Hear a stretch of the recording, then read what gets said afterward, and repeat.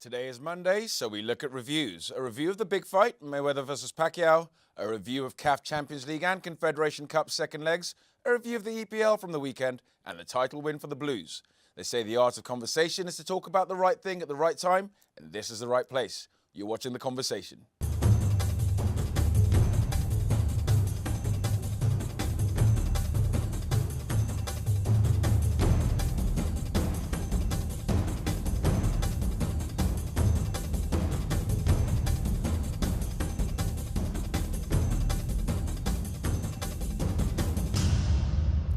Welcome to The Conversation. I'm Ehi Alonge, and in the studio with me is regular guest Carlos Salvador. Carlos, hello. Hey, Ehi. Excellent. Let's start with a much-hyped fight from the weekend and hear from the fighters themselves. I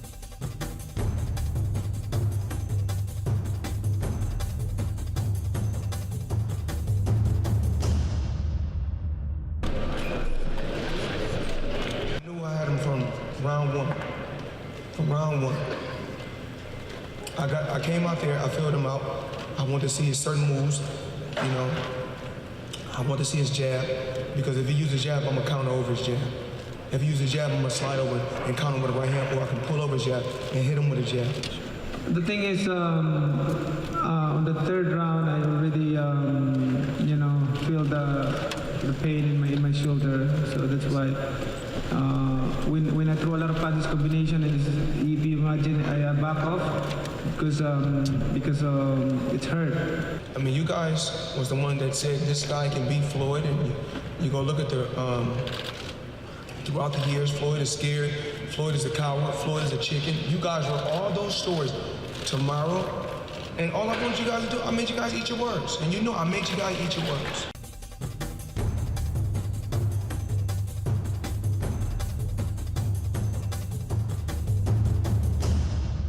Okay, Carlos, you watched the fight. What did you think of the fight?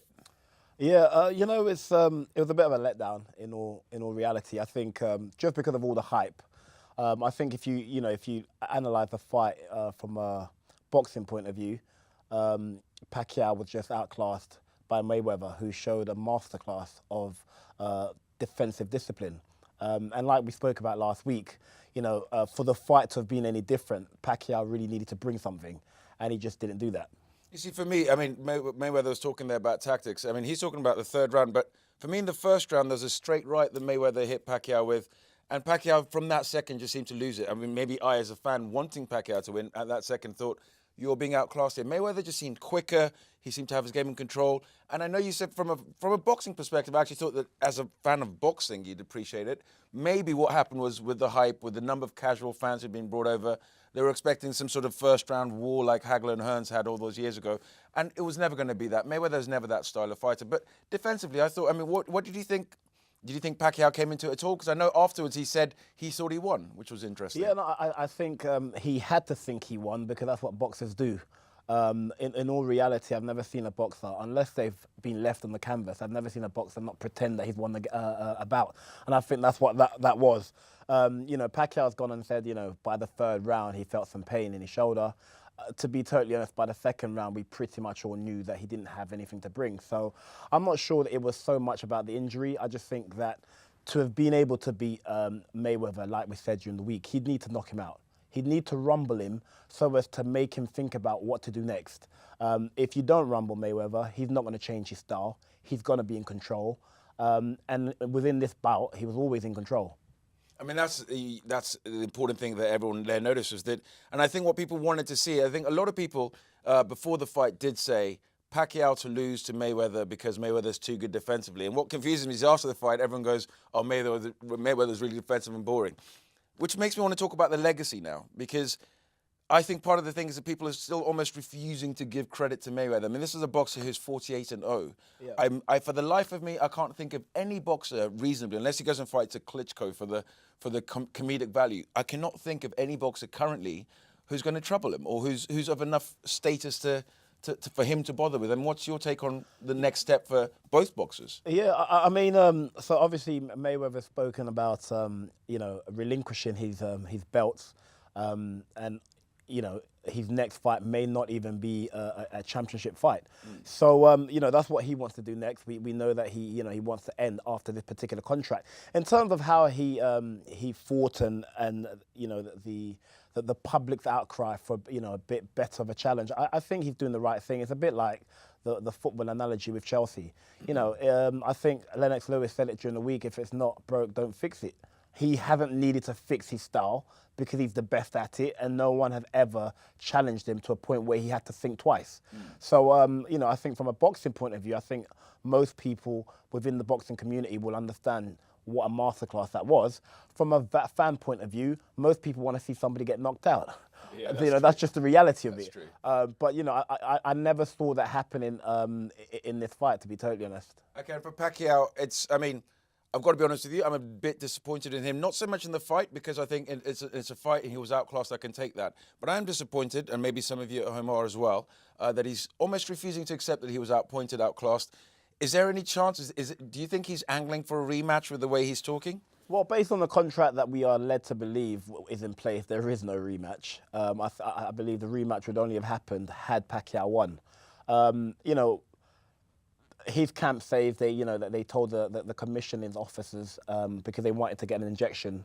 So they said they'd done that 5 days earlier. The commissioner coming out and saying he only heard about it 2 hours beforehand. I think as a boxer, and his promoter went on to say he didn't feel that this is Pacquiao's promoter, Aruma. He's saying that he didn't feel that they needed to delay the bout. Well, you're going against the best in the world. Exactly. If you didn't feel you were physically prepared, I'm pretty sure you would have wanted to delay the fight. Exactly. Having come out well beaten, it's probably the best thing to say, oh, I've got a bit of a shoulder problem. It's true. Well, it's okay. Knowing that Mayweather has no more mountains to climb, for Pacquiao, where does this leave him? Because in his last 2 years, he's had a couple of significant losses, Juan Manuel Marquez and now Mayweather. But he's only lost to the best ever, as Mayweather calls himself.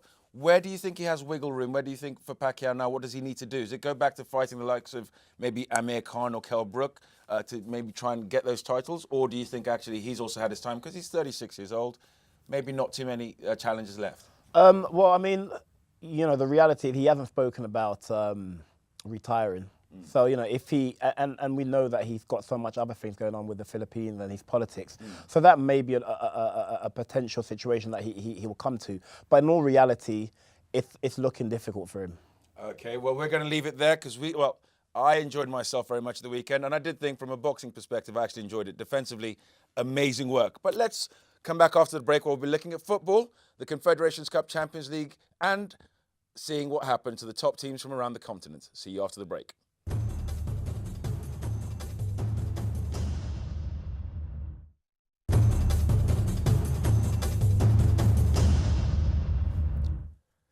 Welcome back to the conversation. Let's move on to the results and talking points from the CAF Champions League. And looking at the results there, ES Atif through against Raja Club after 2-2 draw. And on Saturday, upstart Smuha from Egypt, surprising the AC Leopards there with a victory in their match. And Al Ahly in a result that shocked the continent, being knocked out by the Moroccans of Tetuan. Looking at Sunday, we had a few close matches. We will be picking up on the terrific results from the weekend for the three Algerian teams. You can see USM Alger there and Ilma, who both went through. Ilma, surprising continent bigwigs faction there in their game on Sunday. Okay, so Carlos, first thing I want to pick up with you is Al Ahly, possibly the continent's biggest club, from the continent's most successful international, in terms of Egypt, international team. Yet, like last year, they're out. What's going on with Al Ahly? Also, their manager's gone. Yeah, obviously we spoke about it during the week, or last week, should I say, the fact that this Champions League was really what they're hoping for. They are 11 points behind their league leaders. So, they're not going to win the league this year. And obviously them sacking the manager after this game just goes to show just how much or how unhappy the club is with his work.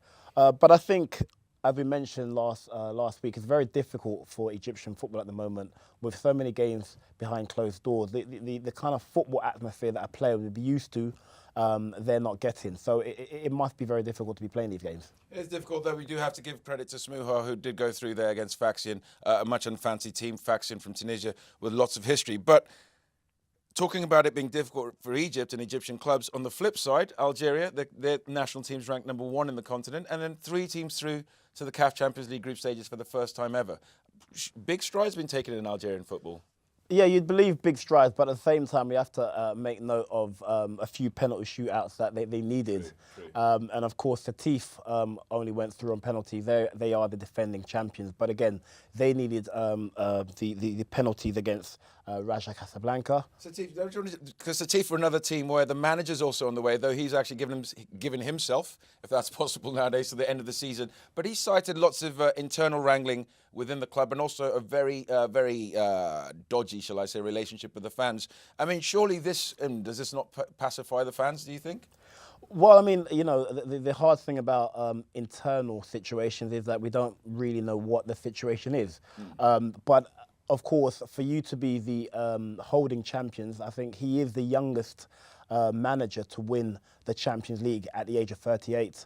So for him to have been able to do that last season, for him to still be in the competition, regardless of how the fans feel, it's very surprising that he would resign or at least claim that, you know, he will be leaving at the end of the season. So quite interesting. Okay, I mean, as we know as well, I mean, I want to give credit there as well to TP Mazembe. They're in the last day after their win over Stade Mazembe.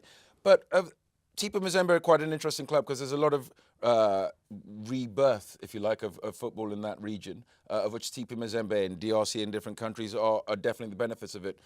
Looking at who's left at the moment in the CAF Champions League, it's fair to say, which we'll probably highlight in a second, we've got bigger names moving through to the Confederations Cup, because if you don't know at home, at this stage of the Champions League, teams that don't qualify get pushed down to the Cup. So let's look at the CAF Confederation Cup, because we're looking at Zamalek, Hearts, Pirates. I mean, and then you're looking at Warri Wolves of Lagos. This is almost a bigger competition.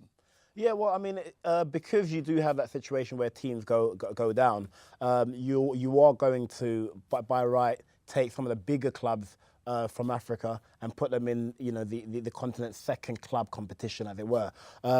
So adding to the likes of the teams that you've just mentioned, you've got Esperance going into that. You've got Al Ahly and Raja Casablanca. So because of the format of the cup, which also happens in the UEFA Cup, or sorry, the Europa League as it is now, you're always going to get at that moment in time a stronger. Let's help contextualize this for viewers at home. Can we bring up? I want to take a look at some of the results from the weekend, because the key ones actually for me standing out were Warri Wolves, because Nigerian clubs are coming under a lot of pressure for non-performance in the continental competitions. And on Saturday, we also had Orlando Pirates representing the South African Premier League there, going through successfully. Other results from the weekend? Sunday, we had Hearts of Oak of Ghana also going through, and poor old Royal Leopards. I mean, they've had such an unbelievable run. It did have to come to an end. Unfortunately, it did come to an end also against AS Vita Club. So my first question to you, actually, then, Carlos.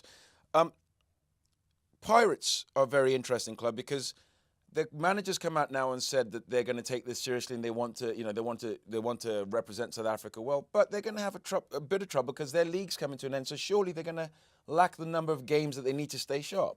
Yeah, I mean, I think for the international press outside of South Africa, we always question whether South African clubs take the African club continent competition seriously enough.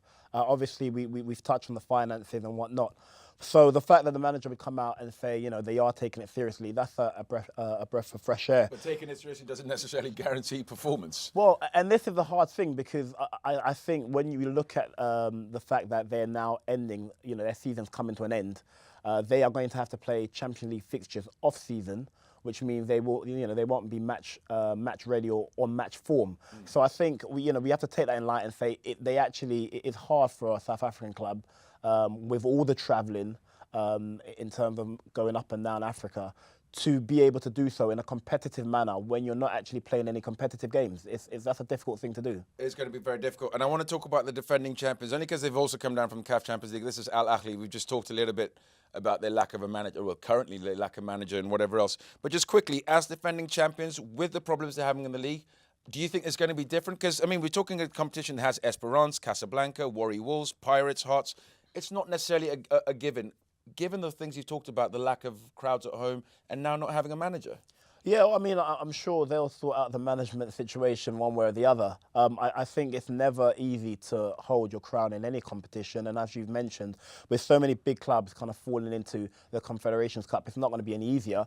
The question would be, for a team that's just sacked the manager, do they even, in terms of their overall outlook, how important is this cup? Because I think for them, it was very much about the Champions League and their league, which they're not going to be able to do. I mean, yes, in the league, they're 11 points behind Zamalek, who are also in the CAF Confederations Cup. Warri Wolves is a very interesting one. They're the sole representative of Nigerian football, and they're also in the position where they have the pressure of an entire league upon them. The entire country's focused. Do you have much hope for, given the history of the NPL, Ayimba won it a few years ago, do you have much hope for their general outlook? Well, I mean, like you said, there are some big clubs in there. The fact that Warri Wolves are the only Nigerian team is evident that Nigerian football, in terms of the continent, isn't where it used to be.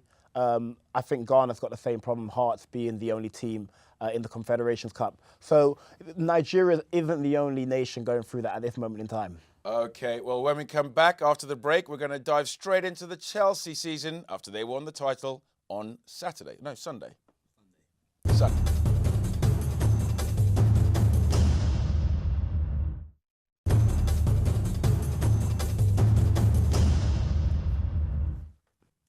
Welcome back to the conversation. It's EPL time now. Let's start off with the winners of the league. When you work so hard and you are champions, you feel that you got what you deserve. So that's that good feeling. For me, maybe special feeling because I'm not the smartest guy to choose countries and clubs. Different moments, different teams, different premierships. The first one was difficult because it was the first one for Chelsea in the new Premier League. The second one, our team was so strong and so stable and so many big players in the best years of their careers. I don't know, I asked the referee at half-time, my analyst said, ooh, it's tight. The referee said it was an absolute definite penalty, Alan. Don't know what you're asking me for. Okay, Carlos, I want to start at the top. Chelsea are a bit like Floyd Mayweather, I find. They don't seem to be very popular winners of the league this season, even compared to maybe when they won it before. Are you picking up on that? Yeah, I mean, I think we've definitely picked up on it over the last couple of weeks. I just feel that people are always looking for that entertainment value. Everybody wants a club to win it like the Arsenal of old, where you enjoyed watching, even though you didn't support them, you enjoyed watching the likes of Henry and Vieira. Masterclass of football from an attractive point of view and an attacking point of view. But I think that's not the only way to win championships. But then, I mean, even on that point, Chelsea, I mean, I'm not quite completely sure of the stats, but they were second in chances created, seconds in goals scored, second in conversions of chances created. So it's not that they haven't been offensive. For me, I think, is it possible that it's actually Jose that's rubbing people at their own way? I mean, Pellegrini came out just yesterday and said he felt his team won it in more style. There's no one who's actually been willing to congratulate Chelsea and... Yeah, I think with Jose Mourinho in that position, you're always going to either like him or dislike him. And because of that, people will look at Chelsea and try and look at the negative sides. I think they were very good and offensive at the beginning of the season because they had all their players there and they could afford to be. Over the last couple of weeks, they've had to change their style because there's no Diego Costa, there's no Remy. And I think, if you look at the way they've played and they've done the job, that's what's most important. Okay, let's look at how other people played and how other people did their job this weekend. So we had Leicester, Newcastle 3-0, and I definitely want to talk to you about that, Carlos. Aston Villa with a much-needed victory, perhaps a surprise over Everton, and looking through the rest of the fixtures, Burnley's result against West Ham may just yet send them to the Championship. Looking at Sunday, Chelsea with the aforementioned victory over Palace, and Man City perhaps confirming their place in the top 4 for the Champions League next season with a 1-0 victory over Harry Kane and Spurs. Let's start then with the question, Carlos, at the top 4. Is it settled? Man U, Liverpool. It's Man U or Liverpool. Is there any a point, or is it a result between them? Yeah, it's only a win away for Liverpool to be on points for United. I think, a very bad loss for United on the weekend. Be it that it was a very deflected goal. Van Persie then missing the penalty, which also was questionable whether it's actually in the box, the handball, or whether it's outside the box. But yeah, I think for Liverpool, it gives them an opportunity. If you look at their fixtures, they've got Chelsea. That's not easy. They're playing Crystal Palace and Stoke. So I think it's going to be difficult for them anyway. But if they get the points that they need, and United don't buck the trend over the last couple of weeks, now 3 losses on the trot, it could get very uncomfortable. And who do you say has got the more likely chance of finishing, or is still too close to call? I'd still say United, but they're going to need to win against Crystal Palace to get that momentum going. Okay, and now let's look at the bottom. I mean, setting aside, and congratulations to the Foxes of Leicester, that 3-0 win over Newcastle. We talked about it last week. Newcastle have no momentum, no spirit, but somehow, Newcastle have managed to plumb even greater depths. I have never seen a manager come out and accuse his own player being sent off. I mean, we saw Mourinho in his first time at Chelsea accuse Gallas of possibly wanting to score an own goal unless he got a transfer. But that was an off-pitch incident that no one really knew. But this was a manager saying he watched his own player and knew he was deliberately getting himself sent off. Williamson has come out and denied this, but have you ever come across anything so embarrassing? No, and I think that's the word. It's embarrassing. I think, it would seem that Carver's out of his depth. I think as a manager, you need to look at the, you can come out and say you're disappointed, but to come out and blame the player, for me, is another way of taking the pressure off of yourself and what the team has done tactically. And, Williamson's come out and said, obviously that's not what he was trying to do. I just think that Carver, like I said, is out of depth. Newcastle slumping. If you look at their, they've got West Brom next, they've got QPR. QPR's going to give them a hard game because they're still going to believe mathematically that they can. And then they've got West Ham. So they haven't got any easy games. And Sunderland, who at the moment are at that bottom 3 at the tip of it, they've got a game in hand. So Sunderland's going to feel that they can make positive that game in hand, take advantage of that. Perhaps Sunderland have got a slightly tougher run in, though, haven't they, in terms of the names on at least in the names of the clubs they're facing? Yeah, definitely have a tough run in. But last week I didn't see them getting a point against Stoke, and that was probably their best game in terms of their performance.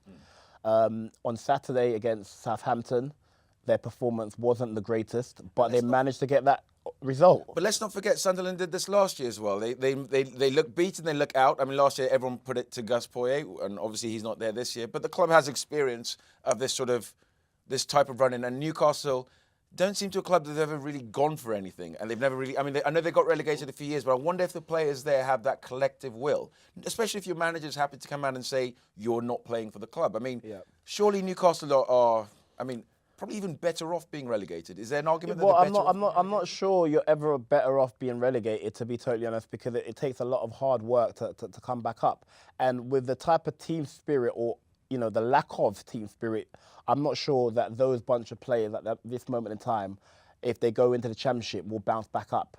Well, who do you blame? Because the fans drove Pardew out. Yes. I mean, with an 8-year contract, even if he wasn't going to invest, at least you could argue that Mike Ashley was happy for Pardew to just keep them in the league. So is it the fans' fault? Is it the players' fault? Is it Mike Ashley's fault? I think the fans are caught in a position where they can't really win. They have a man, Mike Ashley, who owns the club and runs it very much as a business and a profiting business. He doesn't look like he wants to offset that by trying to win a title. Therefore, any manager that comes into that position is put in a predicament where they can only do as well as what they have in front of them. If you're selling your best players, which they did with Kabay, then you are inevitably telling other players, actually, we're comfortable where we are. The problem is the fans are uncomfortable about that, but they're not in a position to change that. That's true. That's a very good point. Well, we could talk forever about all the sports we had this weekend. There were relays in Bahamas. There were many other things going on across. In fact, there were Commonwealth Youth Games in Samoa. But you can follow us on Twitter and Facebook. Post us your own stories, your own opinions, and your own queries using the hashtag SNA Conversation, and we'll make sure that you're part of our sporting conversation.